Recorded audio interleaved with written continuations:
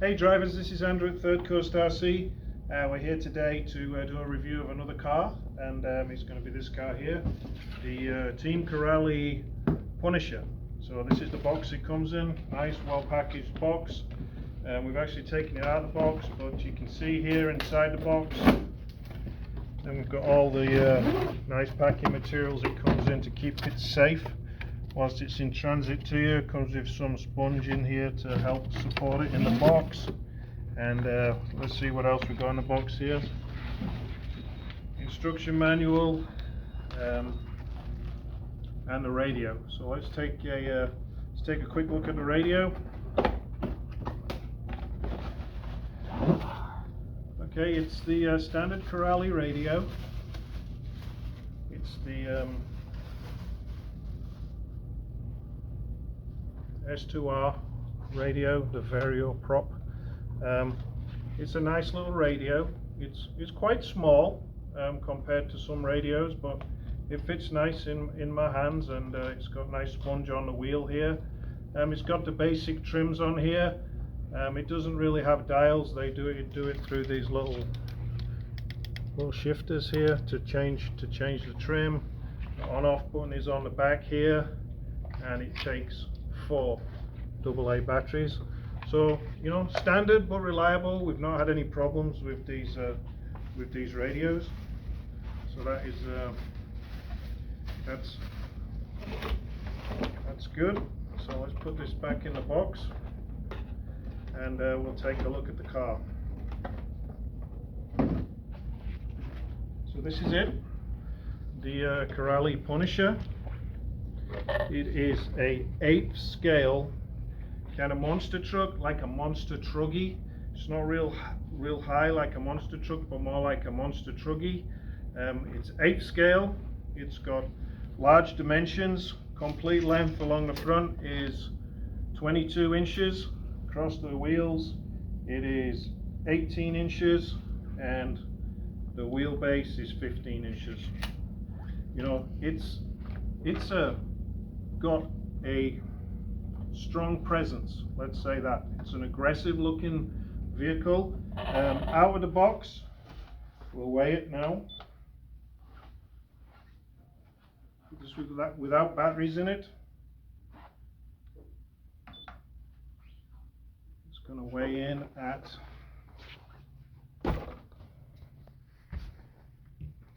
12 pounds 6, 12 pounds 7. So it's quite heavy, but not overly heavy for a car of this size. I mean, it's a big car. You know, it's designed to run primarily off-road, all-terrain kind of vehicle. You know, it's not set up to run on the pavement all the time. Its target environment is tracks, off-road, rough terrain, skate parks, BMX tracks, places like that. The wheels look real nice. They come on these black rims accented with these red wheel nuts. The tire tread is aggressive. We've been running one of these and we've had no problems with running it, and it runs great. The body look, if you just look at it, is mean. This truck looks mean with this black and grey color scheme. The yellow accents on the body make it look really aggressive. I think it's one of the better looking trucks in this kind of scale lineup, in this 8th scale lineup. It's got a nice strong wing on the back with a real good mount.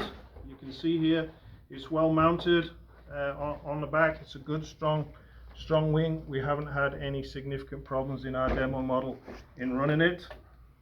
So let's have a look underneath the body, which is attached using these body tethers with the standard clips.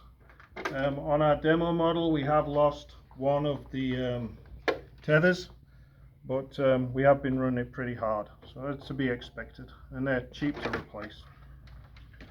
Underneath the body here we've got a kind of tub style chassis on an extended aluminum plate. So we can see the main chassis is all aluminum, and it's got this tub chassis that inside all the electronics mount onto. It's got these braces, these strong braces on the front and the rear, and going up here on the chassis to brace it. It's very stiff. You can get no play hardly in it at all. So it's very well designed from that look. The suspension type, it uses pivot ball kind of suspension on the front, and we've got big bore shocks with a nicely full aluminum shocks with threaded shock bodies, all aluminum. From the factory, we've had no problem with these whilst been running our demo model. And we can see that the arms, upper and lower arms, are heavy duty, thick plastic here. We have not broken one of these, and we've been punishing our punisher quite a lot, and we can see that here. And the upper arms on the front, we've got again strong upper arms, and on the rear we've got a little bit more a narrower type. Now what I do see on these arms is they're not adjustable, they're not with the turnbuckles on them. You can get turnbuckles for it, it's an option. Out of the box it's kind of fixed, both on the camber to a certain extent, or you can adjust it a little bit with the pivot ball suspension. But these are fixed, but that's not a bad thing. You know, usually when you get it how you want it and it comes pretty dialed in from the factory, then, you know, if you're just a kind of bashing person, just go out and bash it. If you want to get more into it, then you can get the adjustable linkages. The battery mounts here, it's got a nice little tray, and you can run this car on two 2S, a 4S, two 3S's, or a 6S, and it comes with this with a tray here where you can stack them side by side, or you can just put one big one in the other way on. You've got quite a lot of length in the Velcro straps to allow you to hold your battery in nice and safe. So that's a real nice touch. Some trucks I've seen where you put the 6S batteries in, these are not quite long enough. On this car, I think it's well long enough to do that. The ESC is the Corrali Torox 185, so it's 185 amp ESC. I believe that it is a rebadged Hobby Wing ESC, and in the manual it does say that it can run on 8S. I don't believe that's the case, so be careful with that. It really is only 6S rated, but it's a strong ESC. We've had absolutely no problems on any of these that we have sold with the ESC. The ESC is good, strong. It's a Hobby Wing. It's not overly complicated. It's easy to program. Program card works. Yep, the Hobby Wing program card works on this ESC. All you need to do is pull out the fan connector and pull the program card, plug the program card in right there, and you can program all the settings which are detailed in the manual. The motor is a Curon 825 and is a 2050 kV 4 to 6S rated motor, engine electric motor. So it's really good. It's got the heat, it's got some heat ribs on here to dissipate the heat from it, and the one thing you do notice is the ESC comes with a cat pack already installed on it, and as you can see it comes with XT90 connectors. This one's got the terminator on from the factory. It's just to run one battery, but you can pull this terminator off and run two 2S's or two 3S's, or a 3 and a 2S for 5S. So we got that. So it's really well thought out, really well designed. The servo is a 25 kg. It's Corrali servo. It's got adequate torque. It's got adequate speed to run this car. It also has from the factory an aluminum servo horn on the here, which is a nice little extra touch. We've got this frame piece on the chassis here which helps protect the body in case of a rollover, and the body does have these skid plates on the top of it in case you go turtle with it, and you know, I gotta be honest, we've been beating a lot out of our demo model, and the body has held up really well. We can see here that it's been on its top quite a few times, but the body is not cracked or broken. You see some of the stickers are peeling, but it's this car's been backflipped, and we did put a little bit of sheetrock tape inside here just to protect the front very early on. But you know, for the amount of use we've given it, the body is holding up really well. The drivetrain is has a center differential, got full differentials at the front and the rear that are very strong. We've had no problems with the differentials, center, front or rear on any of them. We've got nice long drive shafts here with heavy duty cups. Again, we've had no problem with any of those. The transverse shafts coming out here on the rear are dog bones, connected to drive cups on the outside of the differential and the axle. And on the front, they are CVDs. So we've got CVDs on the front, dog bones in the back. So what we're going to do now, there you go, good job the body's tough because it just fell on the floor.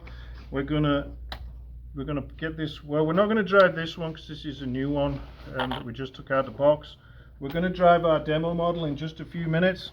One thing you will notice between this model and the stock model is we have installed the chassis brace kit on this one, which is about a $60 upgrade for this car, and really bulletproofs this front end connection to the chassis here and adds this center rod here. You can see that is absent from this car, and it raises this brace up a little bit also, so it directly meets the body shell and gives it even more support. You can see where it sits against it here.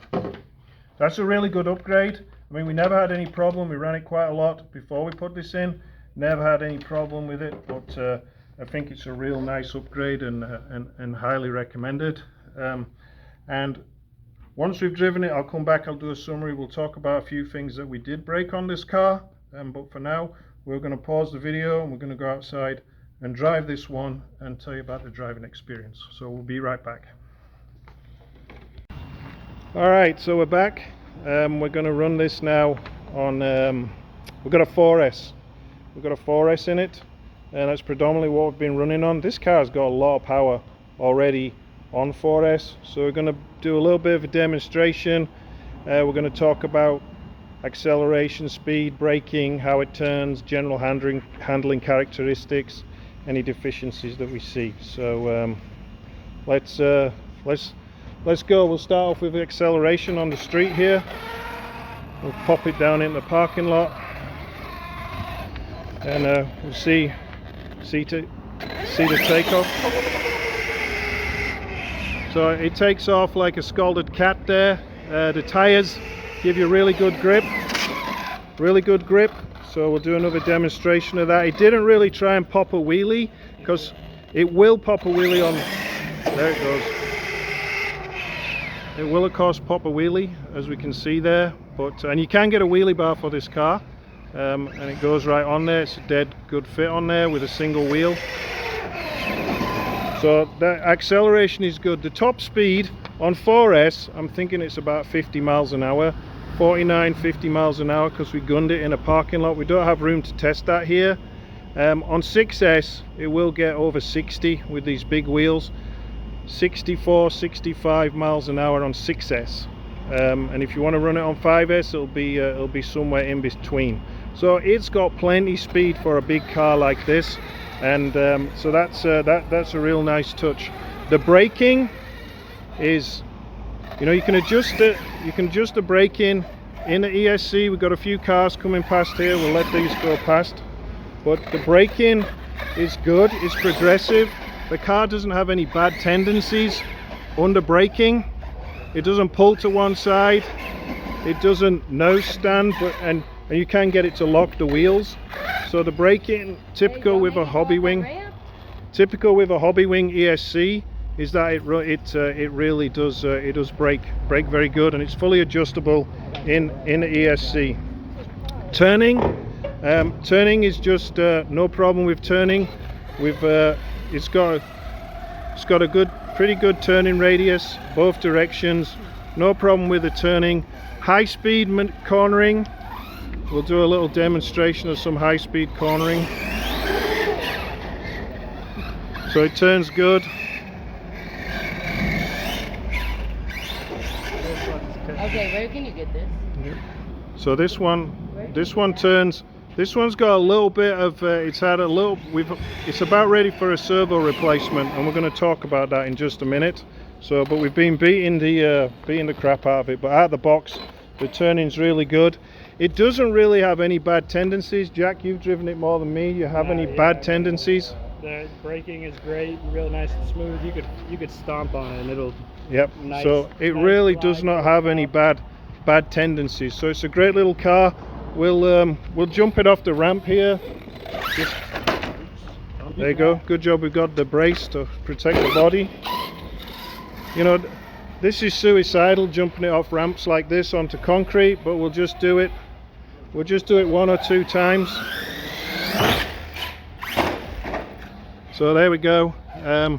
It jumps really good. We've jumped it off ramps like this onto this concrete, which is real tough on a car, and it will do a backflip. So there we go.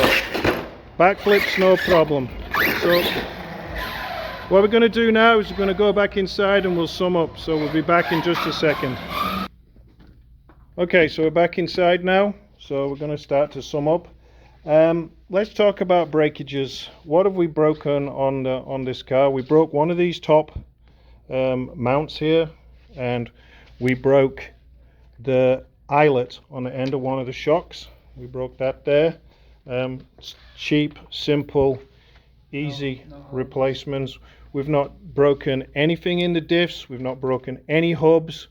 We've not broken any of the drivetrain. We've had no problem with the spur gear, with the pinion gear. Everything has worked great. Now we have been predominantly running it on 4S, but we have been beating on this car. It's been through water, it's been across water, it's been jumped on the concrete, it's been jumped on the dirt, so it has held up very, very well. So we're not significantly concerned about any breakages on this car. Corelli's done a really good job with it, and you know, the parts that we've broken are like less than $5 worth of parts that we've broken.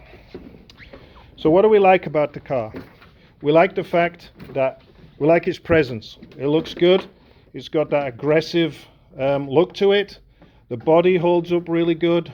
The tires are very good out of the factory, though they're not belted, but they don't significantly expand on 4S, and you know, on 6S you probably will end up blowing them off the rim, and you might need to put on belted tires. But on 4 or 5S they are more than adequate. We really have not had any significant problems with this car. I mean, what does it compare to in the market? And with respect to value, then its main competitor is going to be the Armour Creighton 6S, which is a very similar car to this. Some of the parts between the Armour Creighton and this car are actually interchangeable, but that is going to be the direct competitor to this car. But this car goes out the door at around $500, and the Armour Creighton is I believe the Armour Creighton is $570 at most places, so it is a little bit less expensive, 15% less than an Armour Creighton. I've run an Armour Creighton, and they're very comparable in the way they perform, in the way that they and you know, with the handling and everything is very, very similar.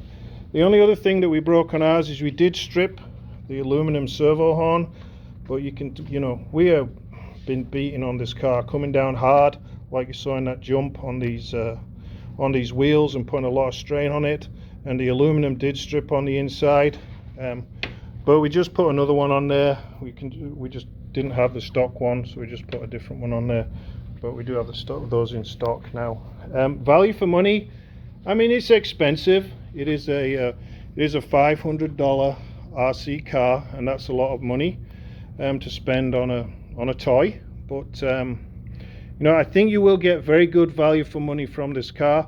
We can't really fault it too much from our experience. I know some of the early versions had problems with these knuckles cracking in the front, the steering hubs, but that problem has been solved. There is an upgrade for those if you ever break them. But honestly, ours have never broken. So I believe Corrali must have addressed that from the early days of the release of this car. The car is very much similar to the Kronos. They're almost the same, I believe, apart from a different body. So this review kind of would cover the Kronos as well. So if you're looking for a good value, I would give it, you know, value and performance. You know, we'd give this car a solid 8 to 9 out of 10. Jack says 9. I say 8, but yeah, that is, I don't give anything a 10. So 9 out of 10, Jack says. So that's, I mean, it's good. Can't fault it. Spares are a little bit hard to get locally if you don't have a Corrali dealer in your area. They are all available online. We, in our store here in Houston, have all the spares for these. So it's not that spares are hard to get or sold out. It's just not that many dealers selling these cars, but we are supporting it fully here in Houston, Texas. So if you like this video, please get back with us and like below, subscribe to our channel, check us out on Facebook and on Instagram, ThirdCoastRC, and we'll be back in the near future with another review. Thanks for watching. Bye now.